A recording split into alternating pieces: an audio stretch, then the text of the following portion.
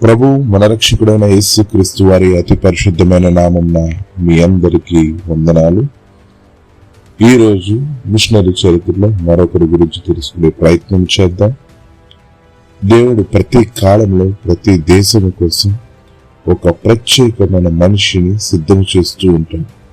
ఉదాహరణకు మోషే కర్రతో అద్భుతాలు చేస్తే దావీదు దగ్గర ఉన్న రాయితో ఆనాడు విజయాన్ని సాధించాడు. కానీ భారతదేశం కోసం ఎంచుకున్నటువంటి ఆయుధం విద్య. ఆ విద్యను పట్టుకుని వచ్చినటువంటి మనిషి పేరు అలెగ్జాండర్ డఫ్. ఇతడు ఒక వ్యక్తి కాదు, ఇతడు దేవుడు వాడుకున్నటువంటి ఒక సాధనం. ఈ అలెగ్జాండర్ డఫ్ పుట్టింది యూరప్ లో. అక్కడ ఈయన చర్చికి వెళ్ళేవాడు, బైబిల్ చదువుతూ ఉండేవాడు.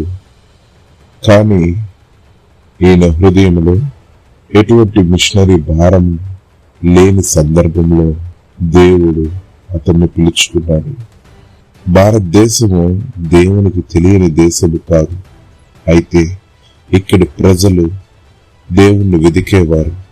కానీ చాలా మంది ఆ యొక్క సత్యము తెలియక బ్రతుకుతున్నటువంటి మనం గమనించాలి.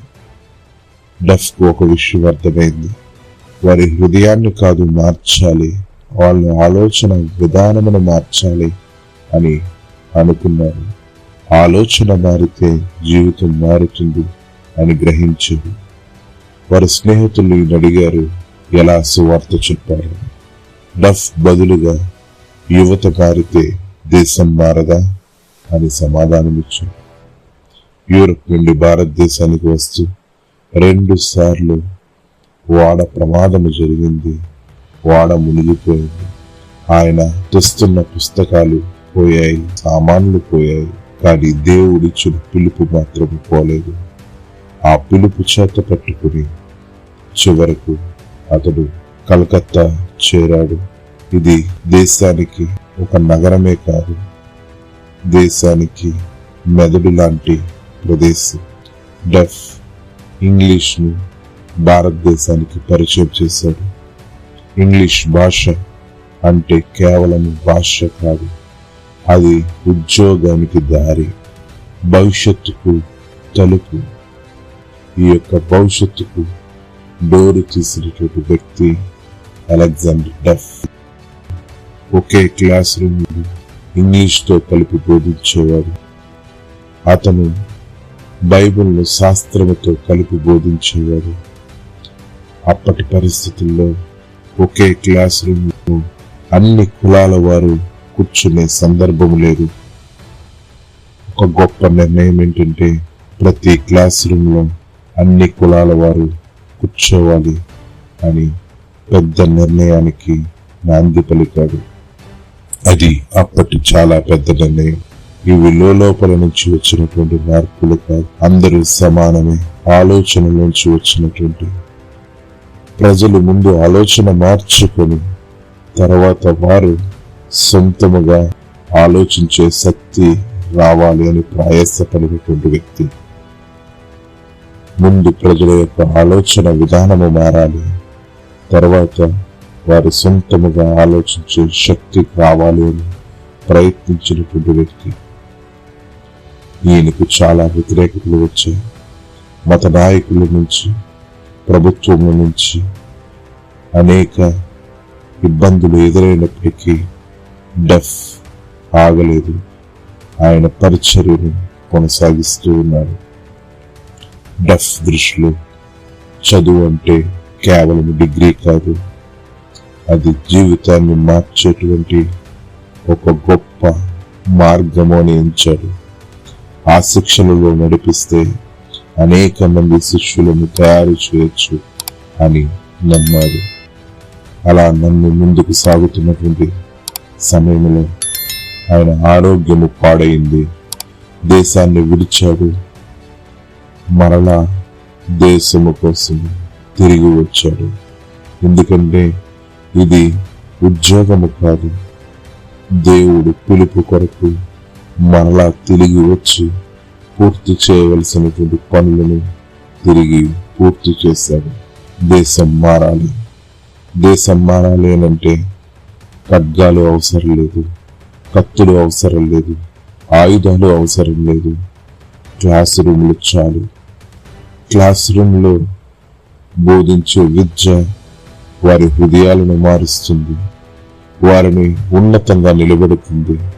భవిష్యత్తులో అనేక తరాలకు ఈ విద్య ఉపయోగపడుతుంది. విద్యను నేర్పి వారంతట వారు ఆలోచించుకునే శక్తితో సత్యాన్ని గ్రహించగలరు అని బలంగా నమ్మినటువంటి వ్యక్తి.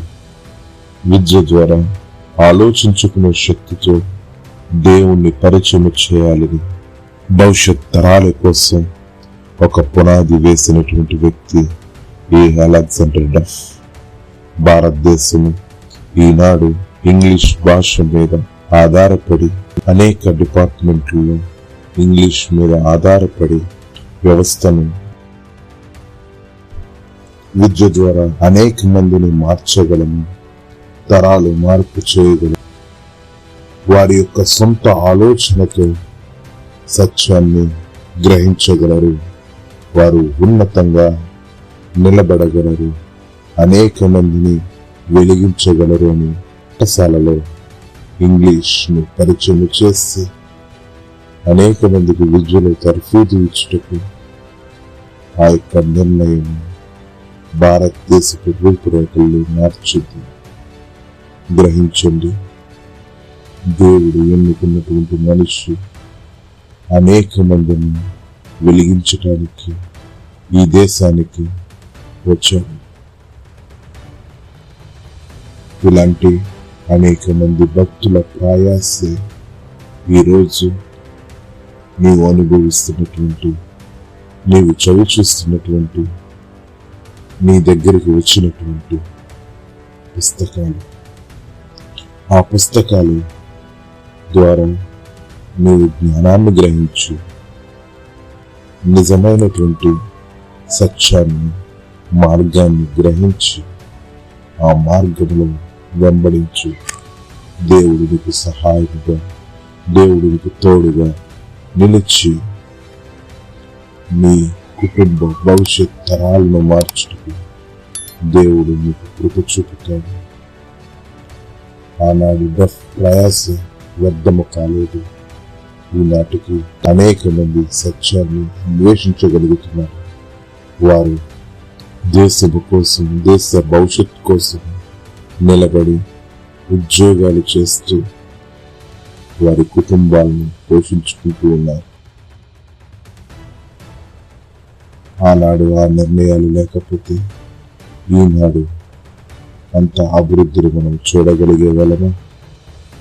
గమనించండి, మీ ఆలోచన విధానం మార్చడానికి ఆ రోజు డఫ్ దేవుడు ఎన్నుకున్నాడు. ఎన్నుకొని అనేక మందిని మార్చాడు. నీవు కూడా డఫ్ వలె అనేక మందిని మార్చుటకు దేవుడు నిన్ను ఎన్నుకును గాక. ఆమేన్. గొప్ప పరిచర్య జరుగును గాక. ఆమేన్. భవిష్యత్ తరాలకు నీవు వెలుగుగా ఉందువుగాక. ఆమేన్.